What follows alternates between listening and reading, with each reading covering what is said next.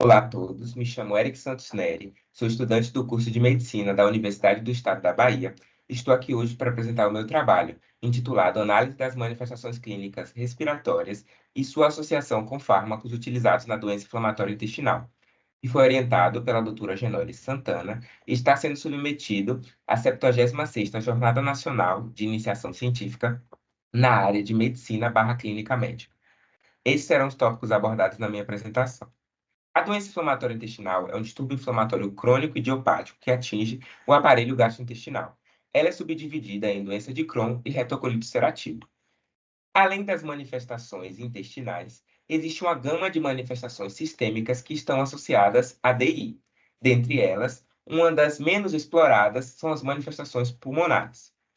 Além disso, uma parte desses eventos adversos estão ligados aos fármacos utilizados na DI. Pensando nisso, o meu trabalho busca analisar a associação entre medicações ministradas na doença inflamatória intestinal e as manifestações clínicas respiratórias que estão associadas.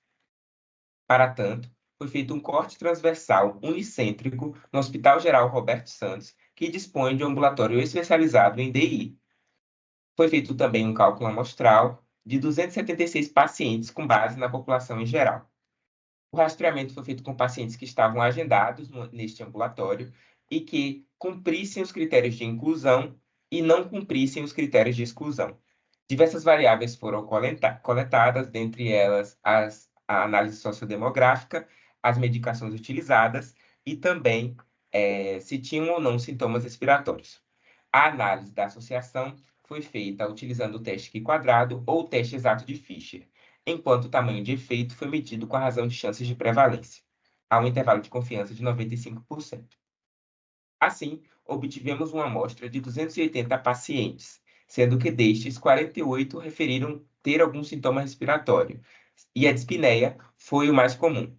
Quanto às medicações utilizadas, a mais frequentemente relatada foi mesalazina no formato supositório, seguida por azatioprina e, em terceiro lugar, por mesalazina oral.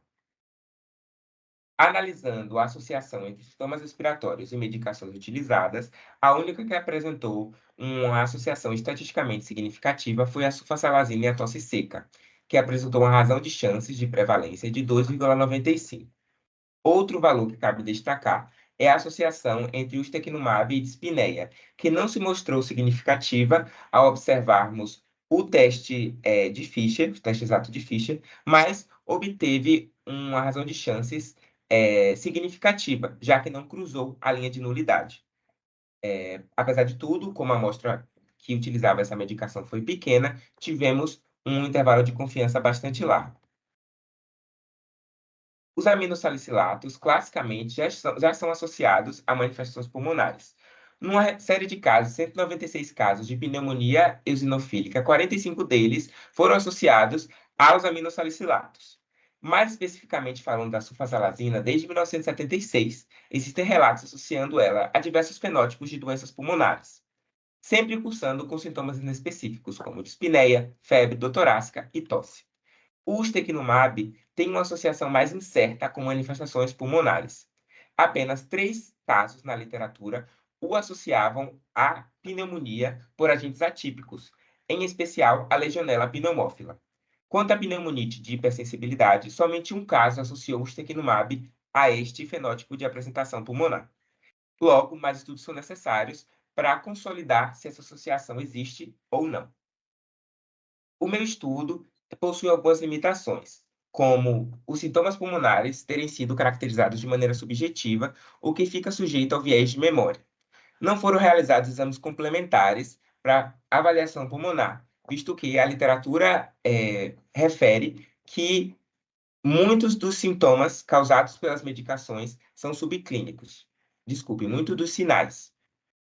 Além disso, fatores de confundimento estão distribuídos de maneira não controlada entre o grupo que tinha sintomas respiratórios e o que não tinha. Assim, concluo que sinais e sintomas respiratórios foram frequentes na amostra estudada.